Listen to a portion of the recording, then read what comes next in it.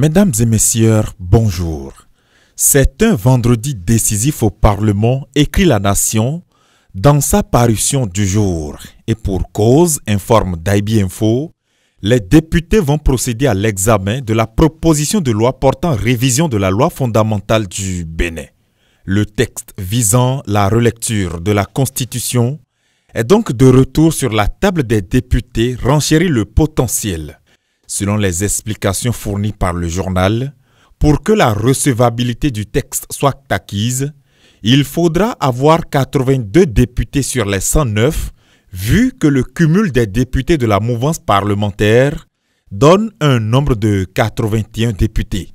D'ailleurs, l'événement précis devance déjà les faits et affirme que l'opposition veut bloquer la révision de la Constitution.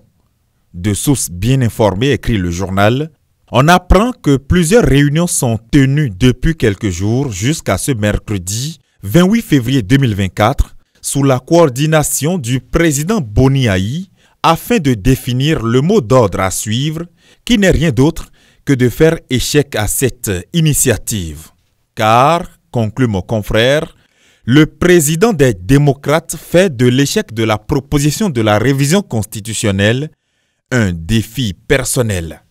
En attendant de voir l'issue de cette initiative, parlons santé avec le leader du jour qui informe que le caucus des femmes parlementaires a été sensibilisé hier sur un mal qui sévit dangereusement chez les femmes, à savoir l'endométriose.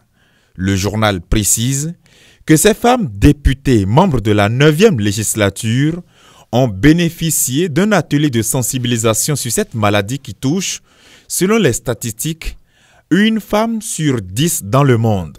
Aux commandes d'une telle activité, renseigne la primeur, l'organisation non gouvernementale dénommée Endo Espoir.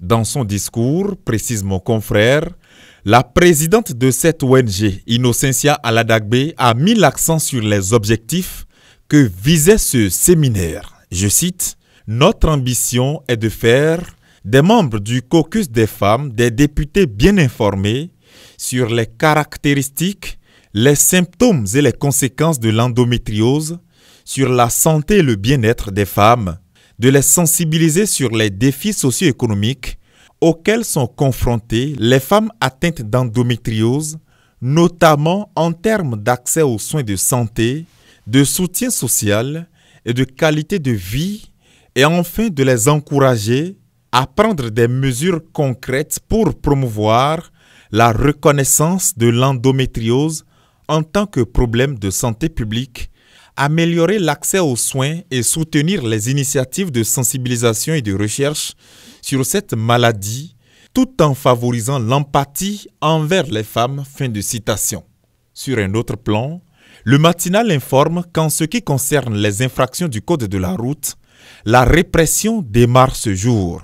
Plus d'engins sans plaque d'immatriculation, de conducteurs et même de passagers remorqués sans casque, d'excès de vitesse et de violation des règles liées aux couloirs de circulation sur l'ensemble du territoire à partir de ce vendredi.